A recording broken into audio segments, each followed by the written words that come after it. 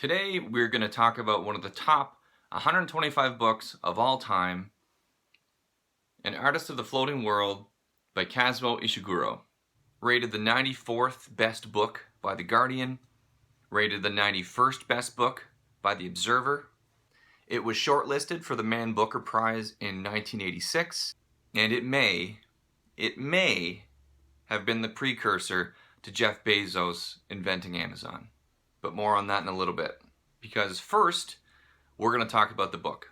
This one is going to be fun to talk about because among the people I know who have read this book, opinions vary.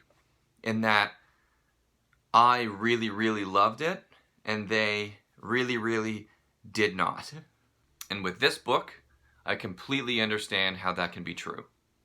I apologize for my copy of the book. It kind of looks like a giant starburst, but it's really good.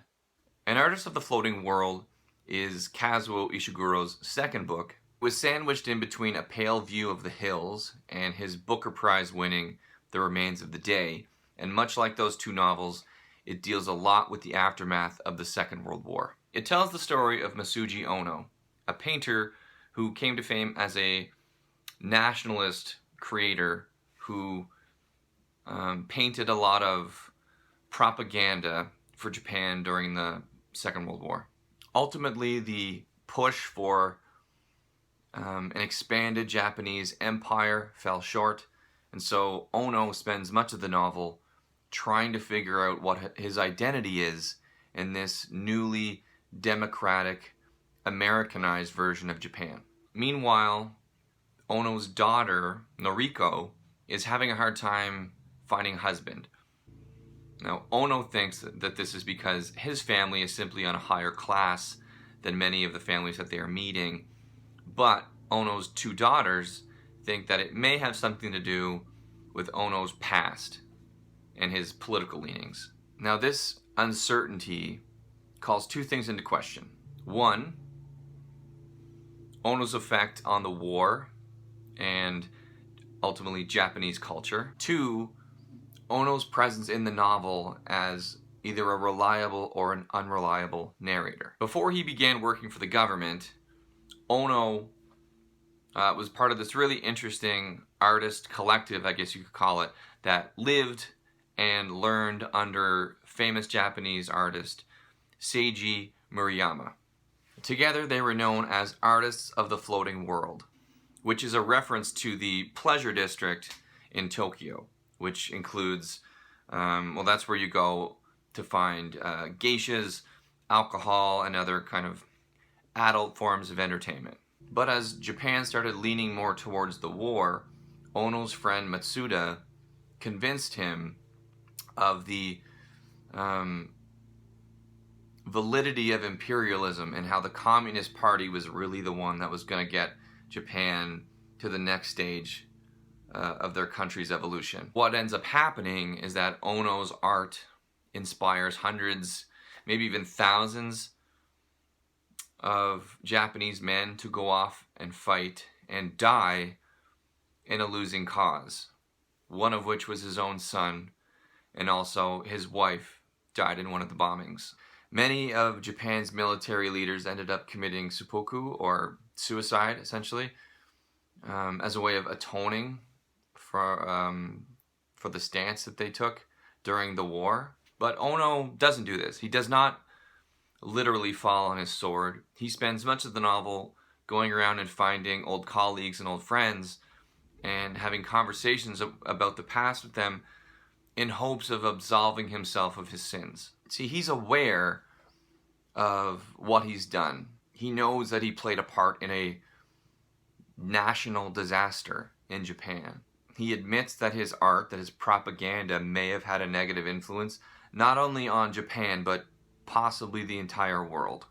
But what we learn is that coming to terms with your past and clearing your conscience are two very different things. It was Ono himself who said, "A man who aspires to rise above the mediocre, to be something more than ordinary, surely deserves admiration, even if in the end he fails and loses a fortune on account of his ambitions." An Artist of the Floating World is ultimately an empathetic examination of the turmoil that was going on in post-war Japan. This was a time when an entire society was overturned. Gender politics was in complete upheaval, and literally the geography of their country had changed.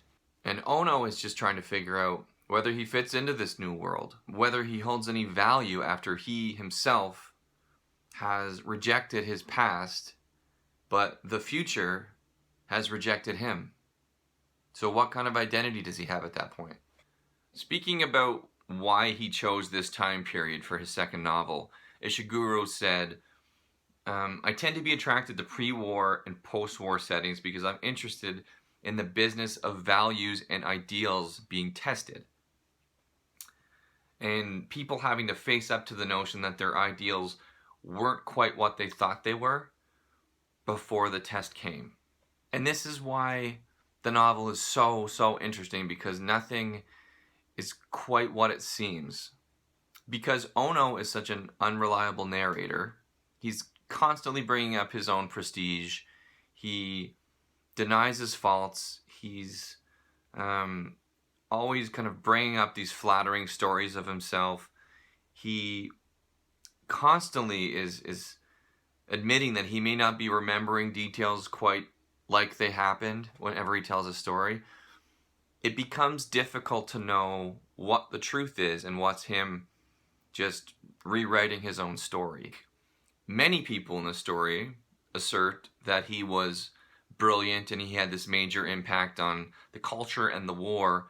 Meanwhile, his own family says that he was nothing more than just a really talented painter. He wasn't a political revolutionary at all. He didn't have the impact that he either thought he had or wanted to have.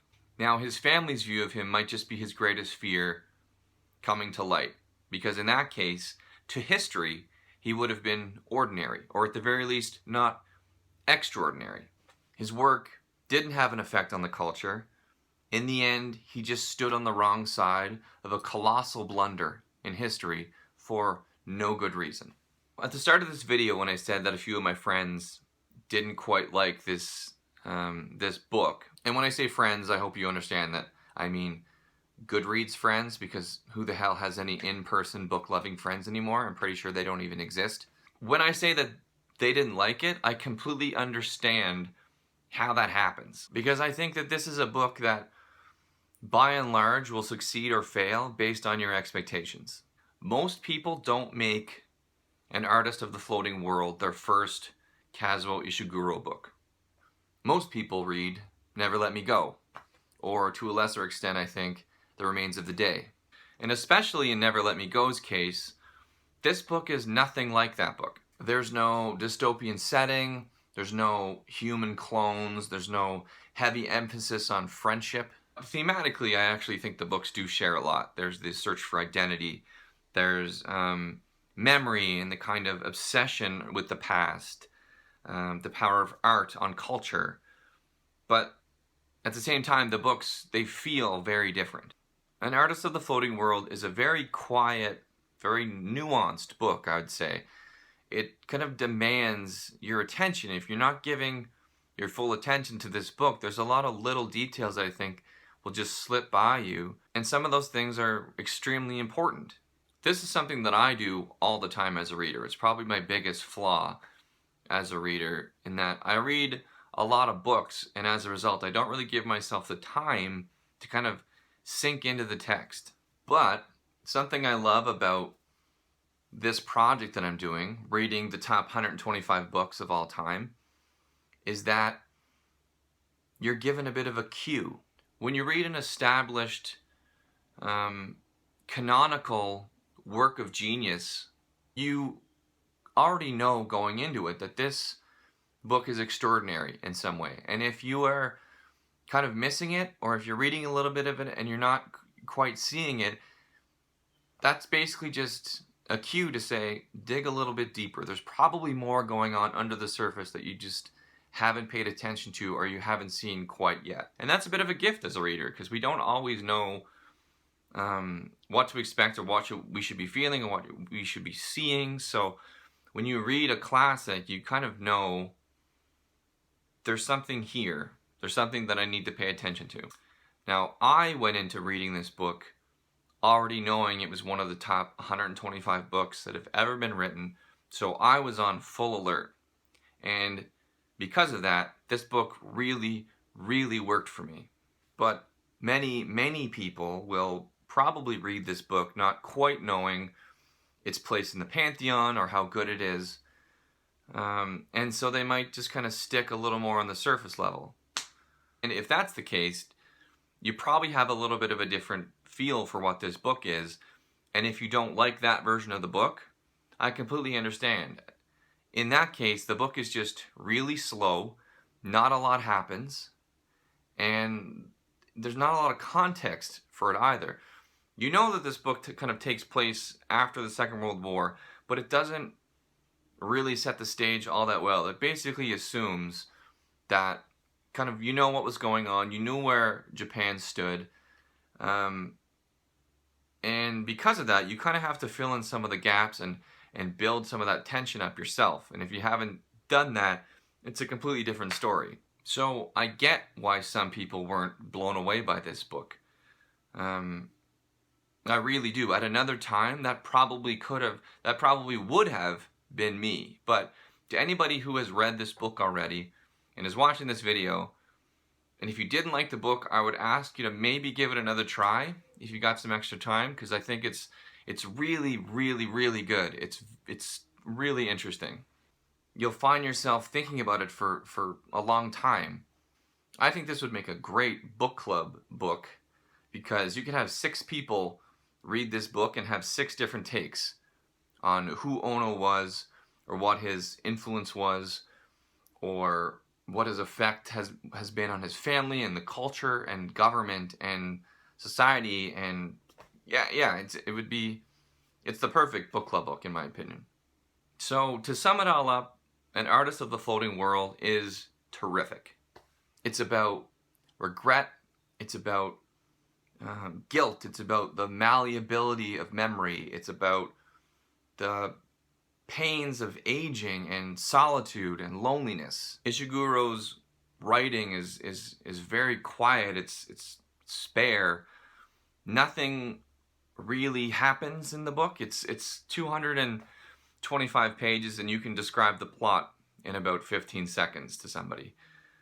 But after reading it, I just get this feeling that every time I go back to this book, I'm gonna see a different version of Ono based on where I am in my life, and then the story completely changes.